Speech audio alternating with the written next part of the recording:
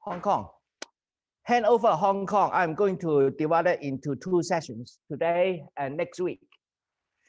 We are here. I thought you said yesterday you said it was last one day. Yeah. Yeah, if you can come, you can go online or you can watch later on. Yeah. But I maybe I forgot to, but anyway, I'm planning next week is the second part of Handover Hong Kong.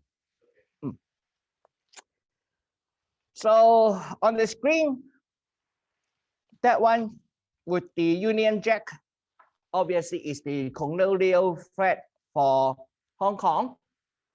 The other one without the 5 stars is the current threat for Hong Kong. So you notice the difference. In the Hong Kong flag, we always have the colonizers there, okay? Union Jack, okay? But even Hong Kong now belongs to China. Its flag doesn't have that Chinese characteristic, except it is in red. But not all regions are in red anyway. So there is I think that is similar to our flags here. In Australia, our Victoria flag doesn't have that 2 animals. In the our Australian, is that called emblem? Emblem. Okay, that 2 animals. I think we are the only country which eats the animal of our emblem. Me, Albert, on the new Hong Kong flag, what's the meaning of the 5 petals and the 5 stars? It is a uniquely Hong Kong flower. What is it? Yeah, 紫荊花. Is it jasmine? No, this flower is like the horse and donkey together to get a mule. Is that mule? Which cannot reproduce by itself. So the Hong Kong flower, the symbol for Hong Kong flower is something which can't reproduce itself. So that means Hong Kong is unique. Hong Kong won't reproduce because the symbolic flower for it is unreproductive. It can't reproduce. Yeah, well, okay, I would put the Hong Kong flower into the slide for next week so that you can see the Hong Kong flower. Okay, root cause. Why Hong Kong has to hand over, or why Hong Kong becomes Hong Kong. So that was because of the Opium War. So again, the information comes from this book at the bottom. So by 1820 to about 1830, the people in... Can you enlarge that screen? Yeah. Please. Not a problem. Just let me know. More than happy to do that. It's beautiful. Thank you. Okay. Okay. A little bit to that side so that some of the words is not being blocked. Okay. Now, well, okay. At that time, China is selling silk very well, selling tea very well, selling China very well. Notice out of these 3 things, silk is an agricultural product. It is renewable. It can be grow and grow and grow. So there's no limit of amount of silk. Tea, again, is a plant, part of the plant. And therefore, it is renewable. And that means it can be grow and sell as much as possible. The third one, China, is made of our clay. Clay is one of the most common material on earth anyway. So that means what is selling to Europe are basically limitless. Now, what is in return is silver or gold. Silver and gold are limited. and China is running into huge trade surplus. Huge trade surplus. Now, again, remember, that is at the beginning of the Industrial Revolution. That means the industrial products themselves are very crude, so to speak. The finest industrial product probably is the watch, but this from Europe, not from United Kingdom. So the East Indian Company is making big trades, but the silver is pouring into China because of the trade surplus. So there's a need for England to balance the trade. So you need to find something to sell to China. But unfortunately, at that time, they are making cotton. No people interested. People in China already know how to make cotton. You are selling what's that plant which you can eat, ham. Okay, ham, again, Chinese is making ham themselves. So there's actually not a lot of product that can be sold to the Chinese. That is the basic reason of the trade surplus. But you have to balance that eventually, because silver and gold are just pouring in. So they try something else, and eventually they end up smuggling opium into China. You know, opium is not a very good substance for your country. So obviously, Chinese want to ban this substance going in. And therefore, they come into an opium war, and the Chinese lost. And therefore, out of that settlement treaty, the England, United Kingdom, want to continue the opium trade. Now, at that time, Portuguese is doing great opium trade through the city opposite of Hong Kong on the Pearl River Delta. So Pearl River going down, on the east side is Hong Kong. On the west side is Macau. At that time, Portuguese is doing very well in Macau, smuggling opium into China. Albert, And do you know, was opium legal or illegal in Britain at this stage? I don't know, probably illegal. It was legal at some periods of history, but okay, thank you. I will check I'm not sure whether it was at this stage.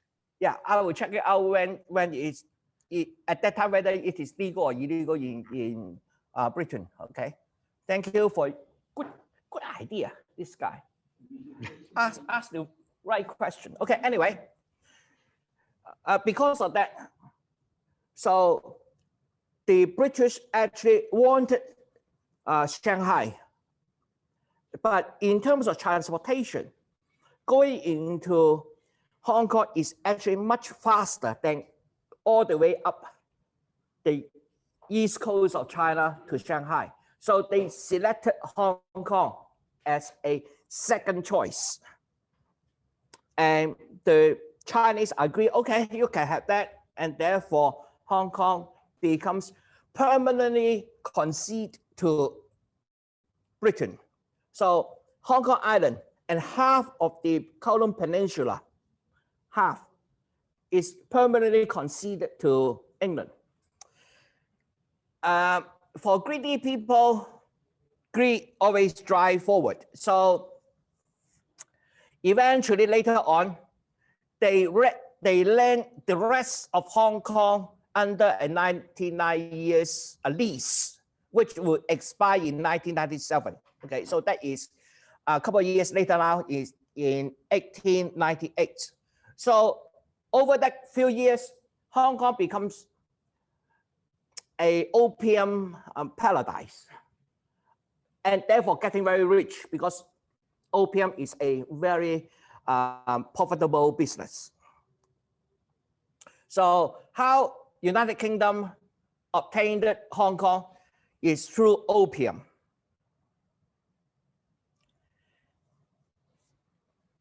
Now, the new territory lease is 99 years, but that portion of the colony developed as rapidly as the rest of the Hong Kong. Well, predominantly because of the high influx of people. The largest influx of people is after the Second World War. Now, after the Second World War, there is a brief civil war between the Mao Zedong's Chinese Communist Party and KMT, the Kuomintang Party. And during the Second World War, which we Chinese call Sino-Japanese War, the Sino-Japanese War actually started 3 years earlier than the Second World War. So by fighting that Sino-Japanese War, the then government, the Republic of China, without the word people, Republic of China, which is now in Taiwan, was exhausted, financially exhausted, everything exhausted. And then at that period, of course, after fighting so long, the currency went into a hyperinflation. That means now you want to get a bread, you need a trolleys of money. So of course people hate it. And therefore this is the time when CCP, the Chinese Communist Party, take over China and formed the People's Republic of China. So with the people in front, that is the current government in mainland China on 1st of October 1949. So, and immediately after the formation of People's Republic, a lot of people who fought the Japanese under the KMT were forced to leave their motherland, including my father. And therefore my father went to Hong Kong, and then he asked my mother to join him. After that, here I come. Okay. So Hong Kong at that time, the population increased from about 1 million to 5 million in a very short period of time. Everywhere is people, people, people. So new territories and the non-new territories is all the same. So it is being developed all the same. So there is a historic problem need to be solved. And you they want to come in, it's not locked. Now, there is a historical deadline there. It's the 1997 June 30th.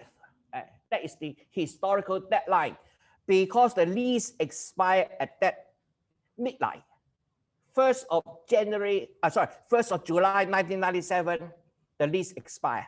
So the British need to solve this problem because you can't develop when you have no idea of what will happen after that deadline. So if I am buying a house, what happened after that? I need to know whether I will be able to continue own my property, right? So by 1972, China joined the United Nations. So before the Chinese opening, the people representing China in the United Nations is ROC, Republic of China, from Taiwan. But as China opens up, then it replaces the ROC with themselves and becomes the permanent member of the Security Council instead of the government by Chiang Kai-shek. And at that time, after the Second World War, a lot of countries got independent. Okay, a lot of previously colonized areas became independent, right? And therefore, United Nations do have a treaty and say that if these people want to become independent, it is the people's right to form a new country. That is how Singapore becomes a country, although it's much smaller than Hong Kong. But the Chinese government said, no, no, no, Hong Kong and Macau is our territory. If they becomes a non-colonized place that still belong to China, they can't become a new country. So they push to put in this resolution into the United Nations. The question is, correction, Albert. Singapore was originally part of the Federated States of Malaya, which was a British colony, and on independence, it was split into Malaysia and Singapore, but it had been part of Malaya before that. Correct, correct. But anyway, they are able to become independent, becomes a country. But China said no, Hong Kong and Macau cannot become two different countries. They are part of China. So basically, this is what they say here. The question of Hong Kong and Macau belong to the category of questions resulting from the series of unequal treaties which the imperialists imposed on China. Okay, now, China being a winner of the Second World War, because Japanese is defeated by whoever, what mean, okay, we don't want to argue that. So China, like all the winning countries, becomes the permanent member of the Security Council because they win the Second World War. And China doesn't want Hong Kong and Macau to be an independent country. So they passed this resolution with UN. We can say the Chinese government has long sight. They foresee the problem. Okay, this as deadline was coming. The same year, November the 8th, the United Nations General Assembly passed the resolution on removing Hong Kong and Macau from the official list of colonies. No, they are not colonies anymore, so they can't become independent countries. Okay, by 1979, the then government of Hong Kong, Malahus, paid his first visit to PRC and taken the initiative to raise the question of Hong Kong's sovereignty with Deng Xiaoping. At that time, Deng Xiaoping haven't clarified any official positions, but only remaining 18 years to come, all the real estate leases and loans has to be resolved. Otherwise, you can't continue doing real estates. Okay? Business might move out from the new territory, for example, but houses can't. So you need to resolve that issue.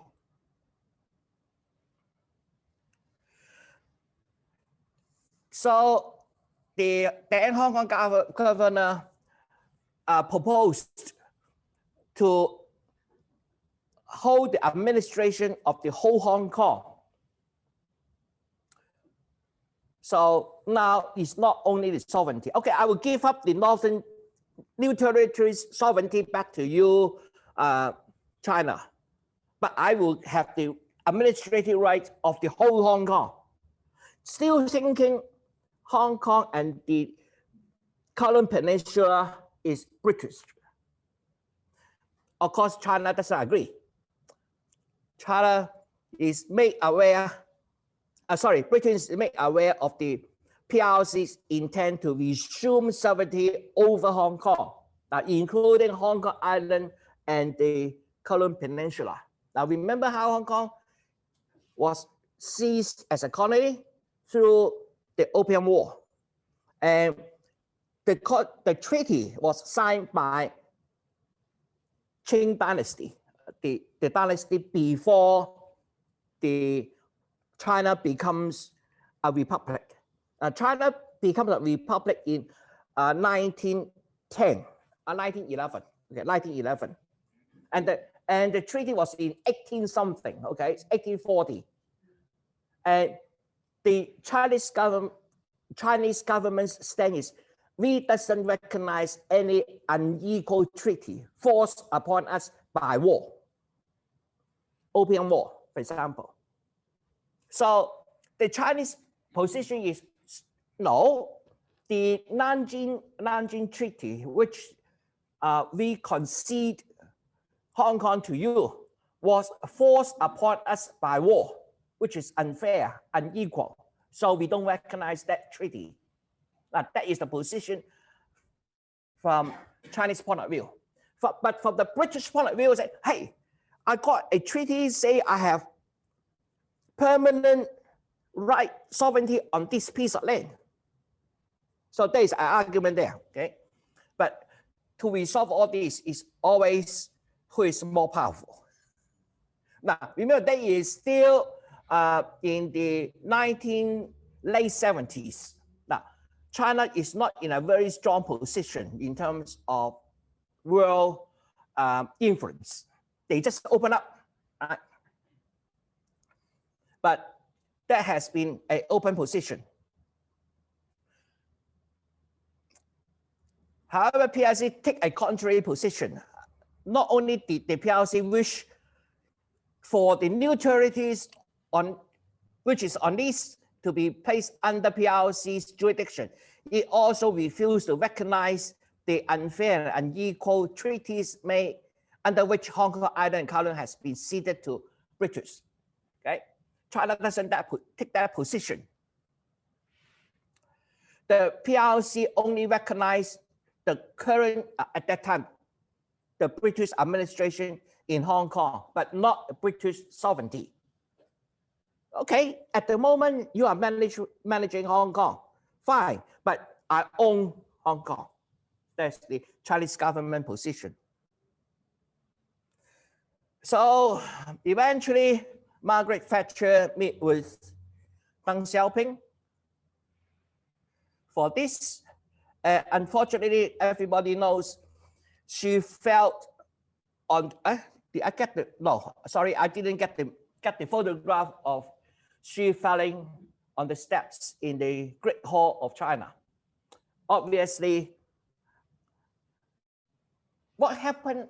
Do you know what happened between China and United States last week? They have a talk at Anchorage, right? Yeah, Alaska Anchorage. The Chinese and the British, the Chinese and the United States have a high-level talk. Okay, what happened with their president? Yeah, they fall down the stairs. Right?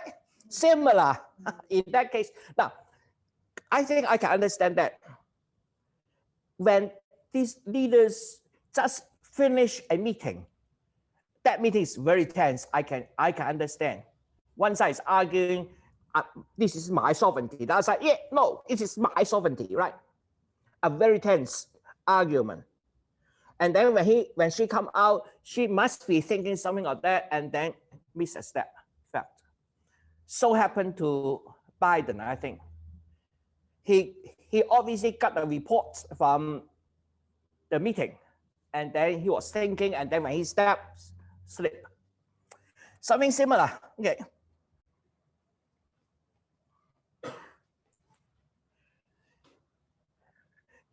lack of room for compromise on the question of sovereignty over Hong Kong. As the successor of Qing Dynasty, the Republic of China on the, the People's Republic of China on the mainland would recover the entirety of the New Territory, Kowloon, and Hong Kong. I need to change that to People's Republic. That's wrong. How can I? People's Republic of China. Okay. Save it first.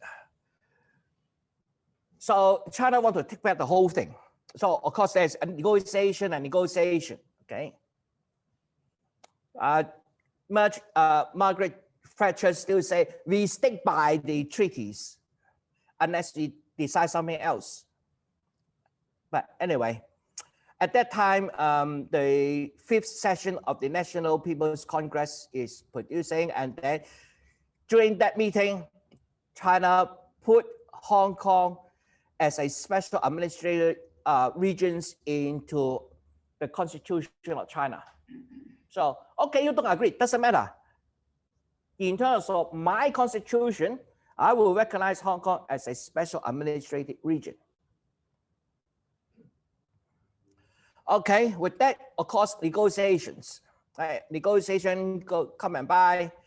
And then at that time, the Macau issue is 2 years later than Hong Kong. They returned to China in 1999. So Macau can be a model. That Macau, the Portuguese give up the sovereignty to China very early, but still maintain the administration. So the British say, okay, I will give up the sovereignty, but I want to administrate the whole region. So that was the bargaining at the moment. But the Chinese doesn't agree. Okay, on the 6th round of the talks, Britain formally conceded its intention of either maintaining a British administration in Hong Kong or seeking some form of co-administration with PRC, and so its sincerity in discussing PRC proposal in the 1997 issues. Okay, obstacle clear eventually. Okay, what happened in that negotiations? I think we have to wait for the security confidentiality to clear before we will know. Okay, but anyway, after 6 rounds, eventually the British say, okay, I give up. So here comes the very famous Sino-British Joint Declaration.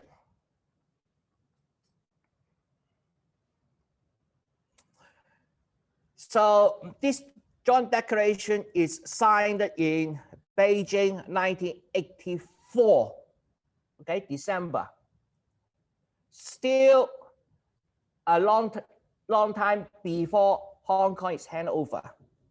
Now, one of the main issues with this Joint Declaration in terms of today's politics, a lot of people are saying that what the Chinese are doing in Hong Kong violate the Joint Declaration. I think you hear that a lot of times in the news, right? For example, last year, June 30th, China made a law and then put that law into Hong Kong through the Hong Kong Basic Laws provisions, because it is a national law and therefore national law can be applied to Hong Kong through a inclusion into the Constitution of Hong Kong. The Constitution of Hong Kong is basic law, right? So, but we heard a lot of news from the West saying, okay, China is violating the ideas of the Sino-British Joint Declaration. But we have to understand this. Now, Sino-British Joint Declaration is a declaration. It's not a treaty, okay? First of all, it's a declaration.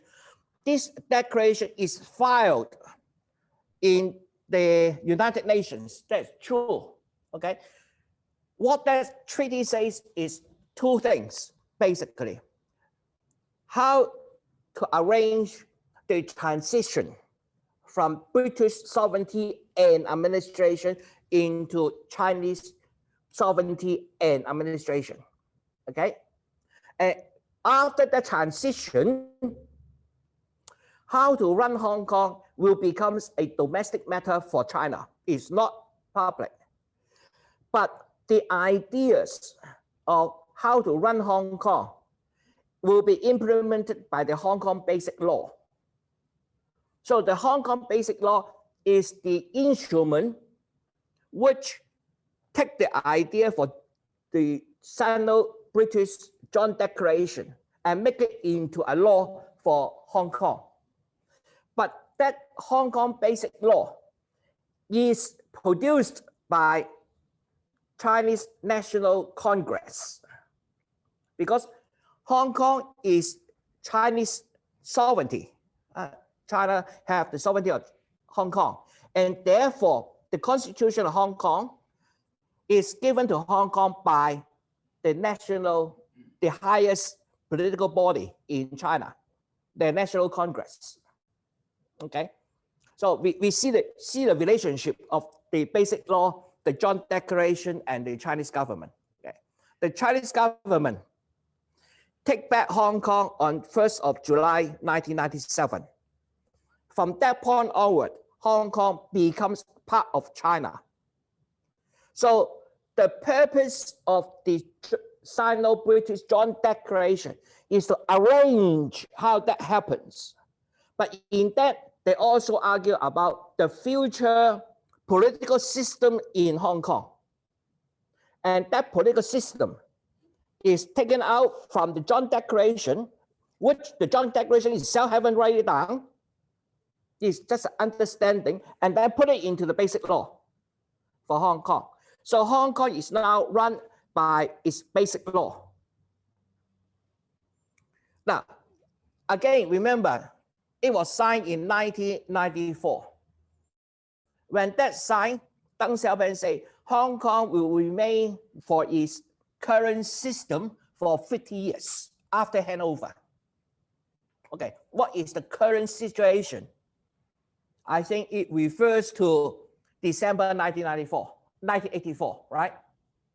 It was signed at that time. So when Deng Xiaoping said Hong Kong will remain as the current situation of Hong Kong, that doesn't mean the current situation in 1997. It means 1984. Okay, so resume sovereignty, okay? All the provisions is in Hong Kong Basic Law, okay? And Hong Kong will become a special administrative region. In the Chinese part, they put it into Constitution, and in the Joint Declaration, it's also put into the Joint Declaration. Hong Kong will become a special administrative region of China.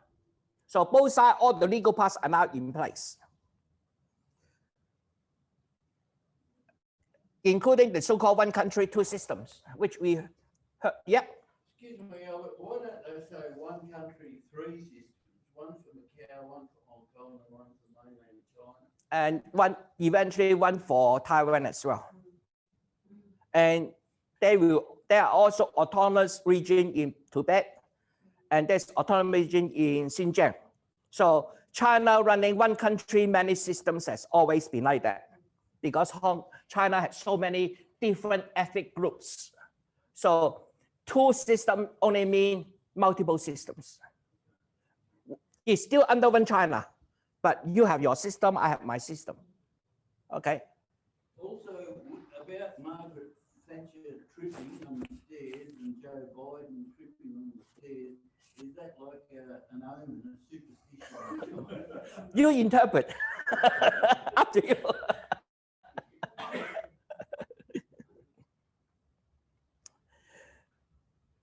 A constitutional principle of the describing that one, okay, and then formulated in the 1980s, okay, so that is something we already know, the so-called one country, two system. basically it's just broadening the Chinese idea of autonomous regions. The autonomous region is actually managed by mostly the people there. And then you run your system, although the system is similar to the rest of China. But in Hong Kong, they say, okay, you run your system, doesn't matter. I will let that be an experiment. The socialist system and policies shall be practiced in Hong Kong special administrative region, and the previous capitalist system and way of life should remain unchanged for 50 years. Now, everybody heard about this. That means 50 years after July 1st, 1997, Hong Kong may revoke back to one country, one system. That if Hong Kong want to remain as one country, two systems, run their own system, it is important for Hong Kong, people in Hong Kong to understand how to secure that future. You want to run, you are happy with one country, one system, you don't need to change. It will become, because it will end in 50 years' time. But if the people in Hong Kong really treasure their way of life, they have to understand that you have to give Chinese incentives to keep the two systems. Because by default, it will revert to one system. So if the Hong Kong people is a little bit smarter, they should now starting to build in incentive so that the Chinese government, hey, not bad, let me run. Right. But there are other political problems but basically for Hong Kong, that is the best way you can do without interfering with other people. Can the Hong Kong government really do anything different in the way you've described it? Because already they're being totally controlled by China. All the political structure within Hong Kong is controlled by China. So it should be. Yeah, but they can't envisage what they want to do at the end of the 50-year period and prepare for that because they haven't got the power and the control. Yes, they haven't got the power and control, but they got the, if they got the will and if they look at the problem correctly, they should be able to generate a sufficient incentive to cause China to keep it that way. Yeah. Oh, but in light of what's happened in the last year or so, and hundreds of thousands of people demonstrating in Hong Kong, does that sort of mean the Chinese have torn up their side of the agreement? No. No. Or parts of it? No. Very simple answer, no. The reason is, as long as China stick to basic law, okay, and stick to its own constitution, the Chinese constitution, China's action on Hong Kong is a domestic matter, okay? So when riots in 2019, as I showed you last week, every government got the right to stop that violence in Hong Kong. Then we have to look at why that violence occurs. What is the force behind it? If you can tackle the real reason, you can solve the problem. If you don't tackle the real reason, you can never solve the problem. It will occur. You just say Black Lives Matters in United States. Unless they solve the fundamental issues, that issue will come up again and again at different times. Any small excuse will cause another huge protest. So if you want to solve the problem, you have to look at the fundamental problem. What I'm trying to do now is to explain to you all the backgrounds, and then you can make up the mind whether the Chinese government is doing the right thing or the wrong thing. Now, I'm not going to say, I think you know I agree with the Chinese government, but I don't want to force that to you. I want to show you all the things in order to convince you, rather than. Another question along the same lines, though.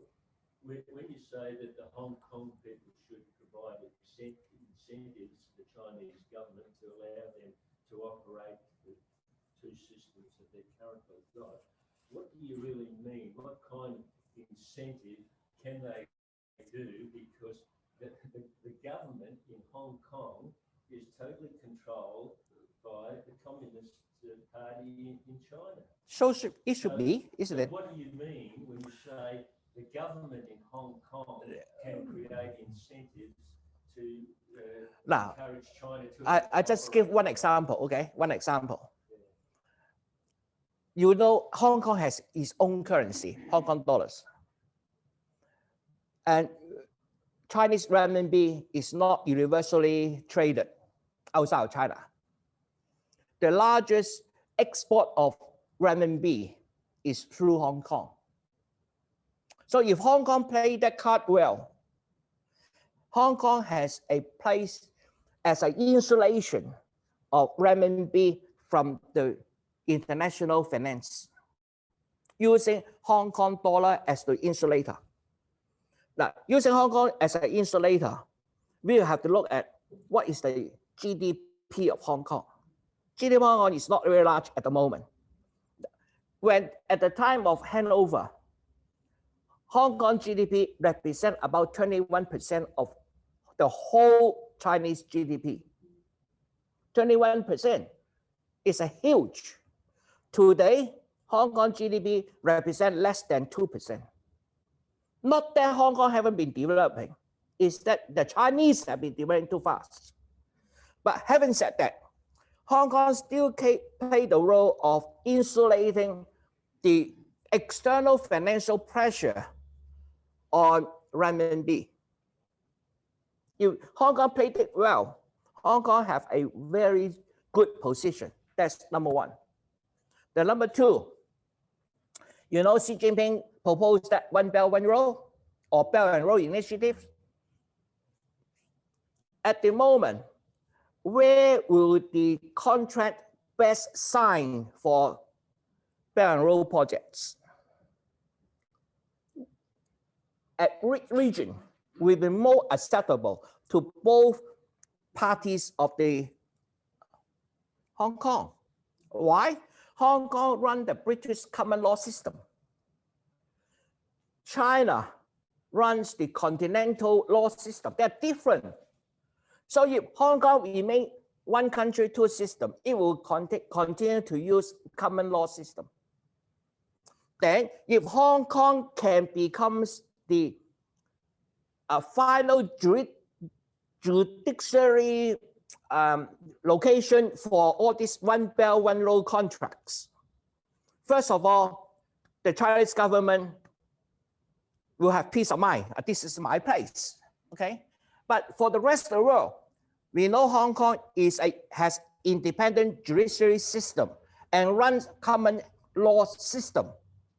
So that too should be sufficient to convince the Chinese government, hey, the rest of the world doesn't believe in continental system. We are running Commonwealth system, common law system. Yeah, but my point is, and I'm not sure I'm getting this across clearly, is that if those advantages that you just described were good for the Chinese government, why wouldn't they just pick them up themselves and institute those changes themselves? Because in reality, the Hong Kong government can't force the Chinese government or even provide incentives for the Chinese government to do anything that the Chinese government doesn't want to do. Yeah. So they have no power. Yeah, Hong Kong people have no power. So no matter how smart you say they have to be or smarter to institute these incentives, there's no way they could do it because already they're being controlled totally by China. No, like any place anywhere in the world, the sovereignty always control the location, the local government. So that is true anywhere.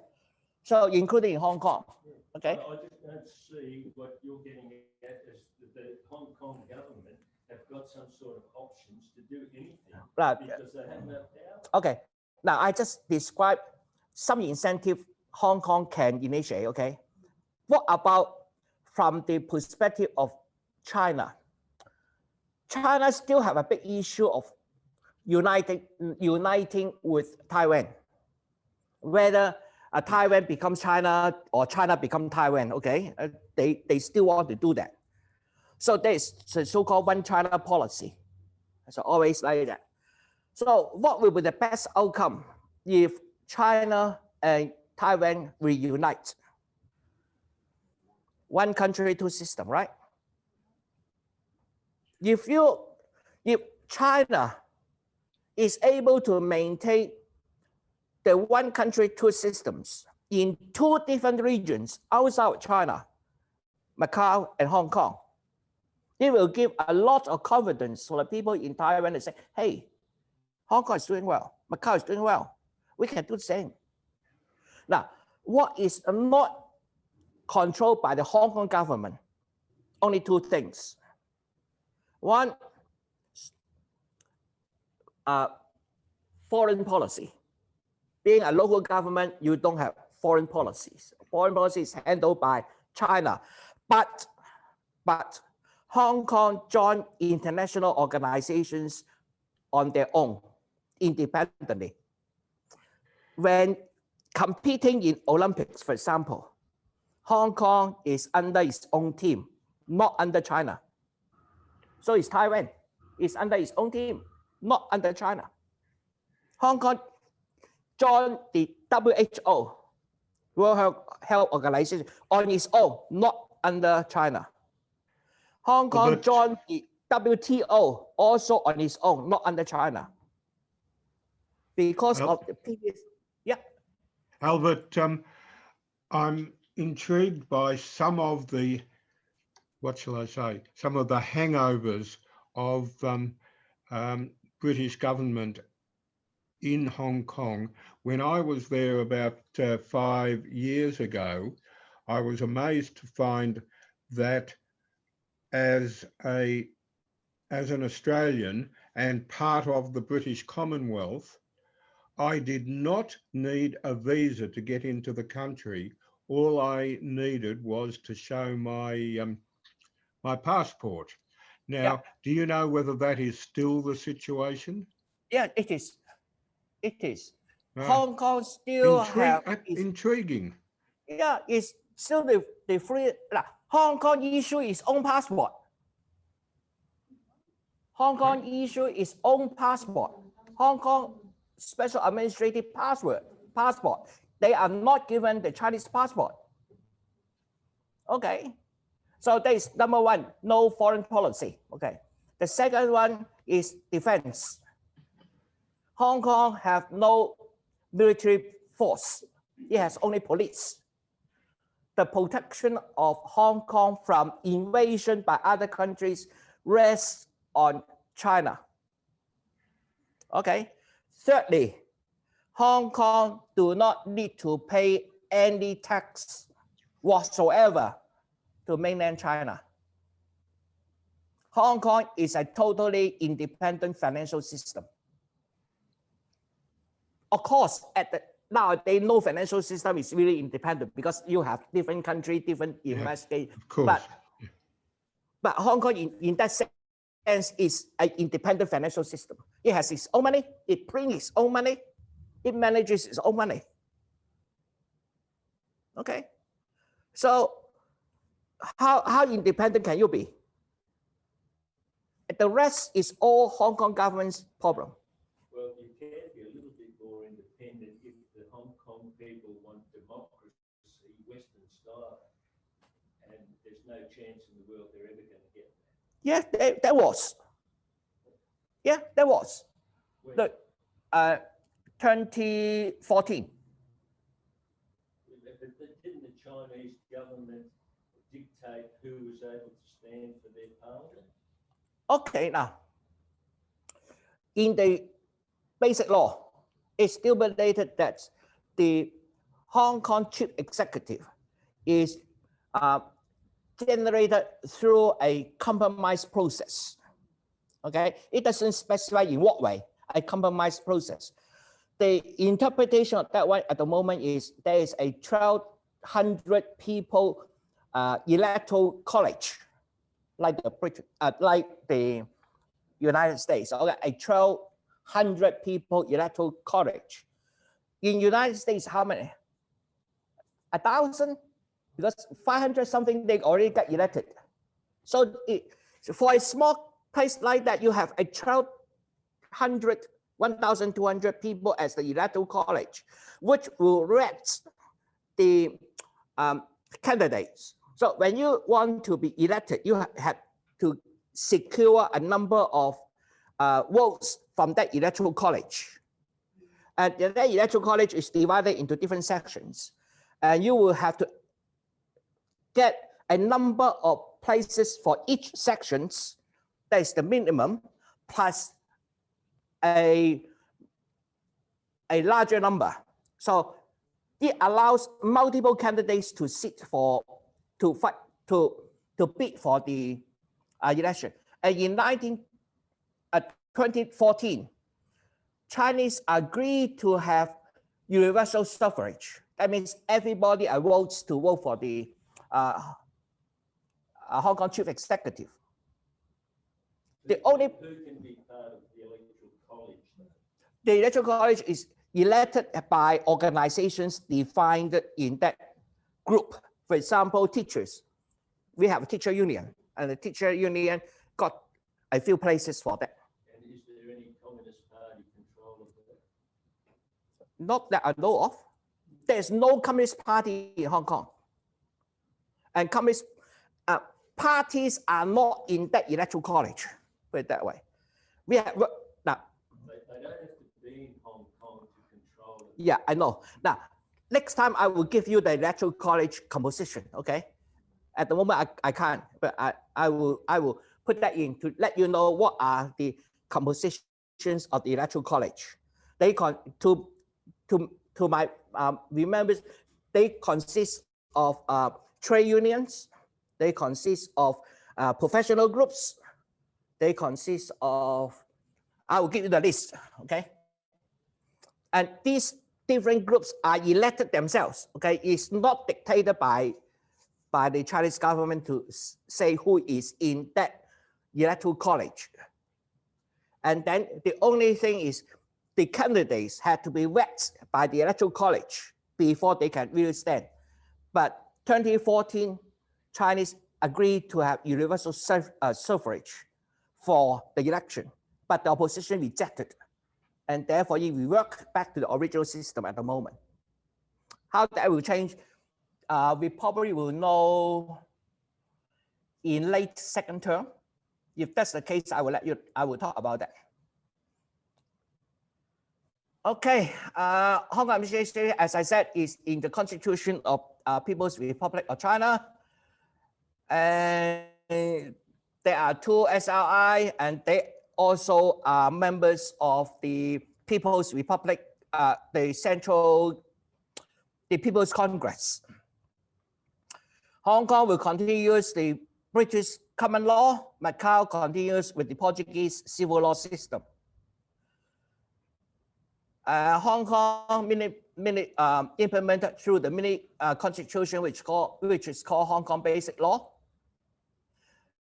Okay, Hong Kong Basic Law, formally adopted in 1990s on April the 4th. Okay, there were several drafts, and the drafts involves a lot of the now we call traders of Hong Kong.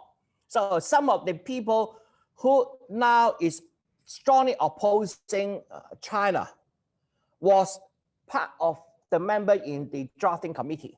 But again, what they discussed in the drafting committee, we don't know. We have to wait for the time when it becomes available.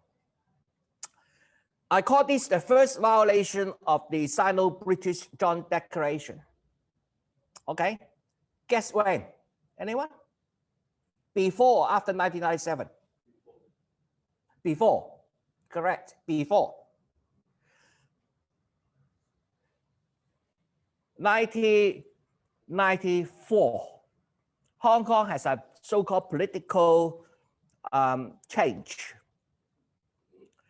Remember, Hong Kong was conceded to Britain in 1840.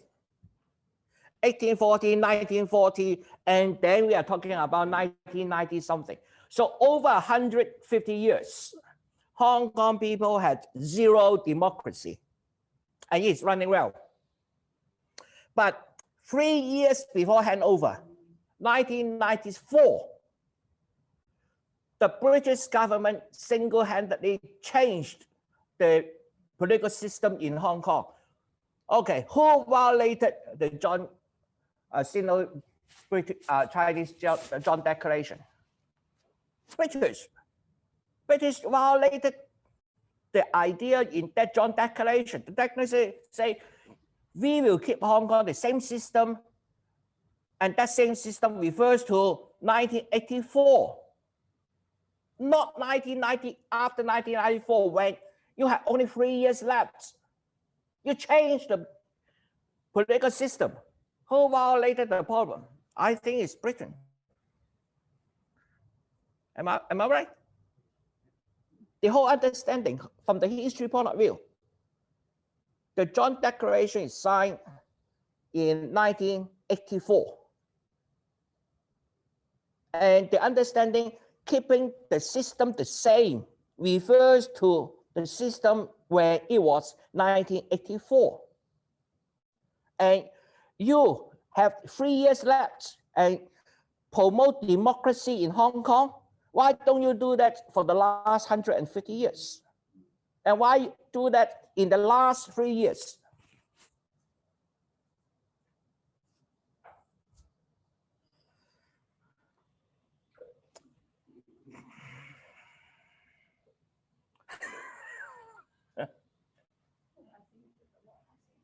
Yeah, a lot of things.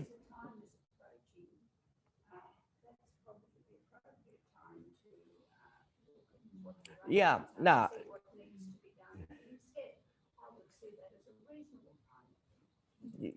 Of course, different people have different political stance. Okay, now democracy has been hijacked by the current media. We all appreciate democracy is good because democracy means working for the people, by the people, right? But must democracy be equal to voting? Is there other methods of selecting a good government? Must it be done by voting? So equating democracy with voting systems is something I don't agree. I totally agree with democracy. People should have the right to express their ideas, and the government should do works for the people. That I totally agree. But I don't agree that democracy must be equal to voting. No. Look at the world. All democracy implement differently. Your voting system is different from my voting system, even from their voting system. There's no universal voting system anyway. Yeah, we have. Yeah.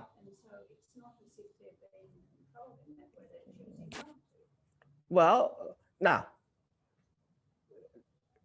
there's another issue. It's called the legitimacy of the government. Okay. Is the legitimacy must come from voting? Is there other things the government can do to secure its legitimacy to rule?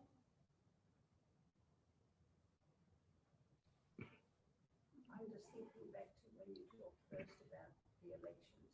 Really, the bulk of people in China only have China has the voting at the very lower level, and then as a hierarchy, then the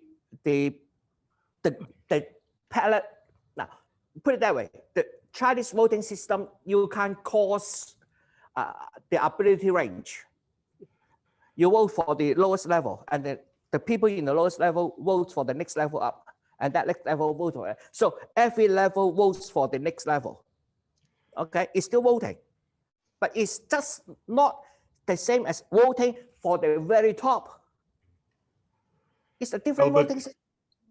when you're talking about our voting or our system, which of course is the Westminster system, I always think of the wonderful quote of Winston Churchill. Winston Churchill said, "The Westminster system is the worst system of government, with the exception of every other system of government." Yeah, until you find one. Well, I would say until you find one. yeah, but there isn't one. No, There isn't one. no, it depends on how you define a good one. Well, Is that right? no, You- no, you you can't put, def- no, you can't put words into Churchill's mouth. No, Churchill was yeah, I saying, know what he said. I don't agree that there's no good government system. Just that he haven't found one. well, that's not what he was saying. It's not what he said, but this is what I say. He hasn't found one, and therefore he make a wrong conclusion. Well, That's what I say, not he say. I say he make a wrong conclusion because he haven't found the right one. uh, And to find the right one also means how do you define a right one? How do you define a good one? You without defining it, you never find the answer. Well, voting for the House of Lords isn't exactly democratic. Sorry? Voting for the House of Lords wasn't exactly democratic. As well, yeah.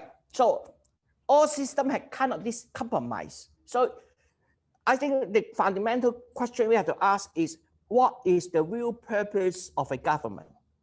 And then after that, we'll ask how the government can secure its legitimacy to rule. Is that only through voting? No, I don't agree. There may be other systems. We haven't found it, maybe. So we should experiment then to try to find one, isn't it? So fundamentally, equating good government with voting, I think it's wrong. Good government is one thing. Voting is a method of forming the government. Can you define good government? Good question. Let's do that sometime later. Yes, a very good question. You are interested. I think we should do that. At least we brainstorm ourselves. Okay, what are the qualities of good governments? Okay, and how can we measure it? Right? And then we'll say, okay, if we want this kind of government for us, okay, not for other people, for us, what we can do to get these people in the right place, right? Not the other way. Okay, we just elect must have good government. No, Winston Churchill is wrong, Albert, because he haven't found one. It doesn't mean all the rest are worse. Until we find one, then you say, hey, why don't we find one? Right? Okay, a hot topic, isn't it? But good one. Next week is equally hot. Okay. The hotness level is very high, but I will promise you the first one in second term is very light. It's sweet.